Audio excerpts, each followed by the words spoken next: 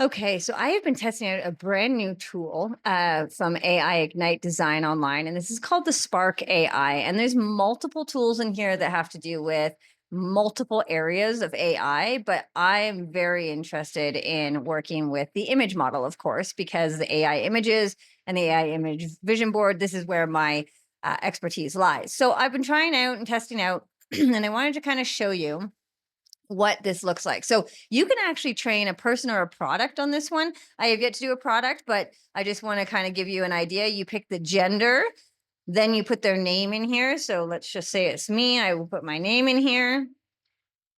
So it actually already knows that there's already an image trained of me. So it puts a 1 here.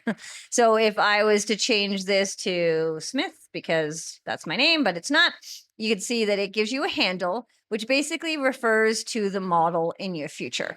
So if you've watched any of my videos on Flux LoRA, which is the tools that I've been using, we have a very similar thing in there called your trigger word. So this is the same idea. So here you're actually going to add your images. So at least 8 images so the AI can learn what the person looks like, and a maximum of 30. The person you're training the model, and there must be the person in the pictures.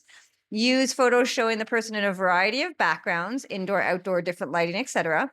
Include a variety of poses. Add front facing and side profiles if possible. Where possible, include full frame portraits and full body portraits or photos.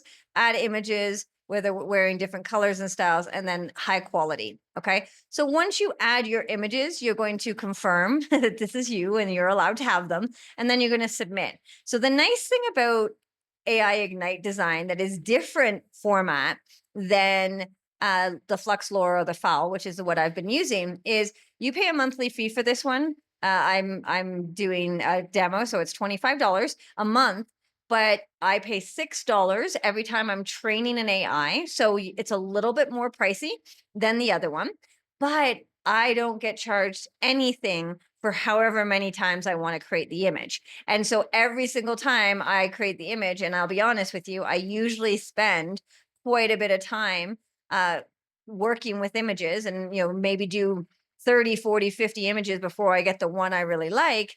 In Flux LoRA and FOWL, you do have to pay per image. Now it's really inexpensive. Even in the hours and hours I've spent on the Flux LoRA model, I've probably spent at most $80. So it's not like it's a huge amount, but as more people are coming in to get their AI vision boards, as I'm doing more workshops, etc., I am finding that amount of money is increasing. So this is a really good option for people who are looking to do models for themselves, for example, or product images for themselves, but not necessarily do it in the masses like I've been doing. But I really am enjoying this one. So let me just show you. Once I have trained the model, I'm going to go up to here. Okay, so you train or you generate. These are all the ones I've done so far. I've done 2 of my husband. I worked in different ways. I was testing some theories on there about selfies versus long form. I've done myself. I've done one of my clients, Leighton, and I'm in the process of doing one for Lou. So once you've got this ready to go, then you just click on the link to bring it to a project. One of the things I love how this is set up as is I can actually create a new project name, which I'm going to, and everything I do is going to be under Lou so that I don't get lost where her stuff is. Okay. I love this image. It was a little wonky, so I kept it up there. So now I'm going to use my project, which is Lou. I'm going to use my custom model, which is also Lou. And now this is where I can play with the strength. So if you've done the Flux LoRA, you know that you can play with different images, different things within the images. So this is where you can do it. One thing I really like about this, and I'm working on this, is you can actually add a model. Usually you have to add a product model and not another person model, but I'm working on the woman who runs this. I'm working with her. And so we're talking a little bit about different things on there. And then same with the prompts, everything, it comes down to the prompts.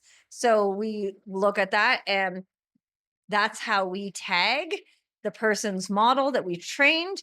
And then there's different aspects and there's different ratios. So let me just, is beautiful. I'm just going to do this quickly so you can see. A woman with long, brown, straight hair. Oops. Standing in her house kitchen. Okay. That is a very terrible prompt, but I just want to give you an idea of what happens when you prompt it out. Again, I really use prompts very specifically with my vision and my vision boards because I want to get exactly what people have in mind. So in Lou's case, I got her old vision board. So took some of her pictures with the boats and the ski trips. And this is what's come up. And I mean, to be fair, it's pretty close. I'm not going to lie. So everything in AI Ignite design has similar ways of doing with the Flux LoRA. This is just another tool. So there's Midjourney, there's DAL, there's Flux LoRA, and now this one's on the table as well. And everybody has a preference on which one they like, but I just wanted to share this one with you guys.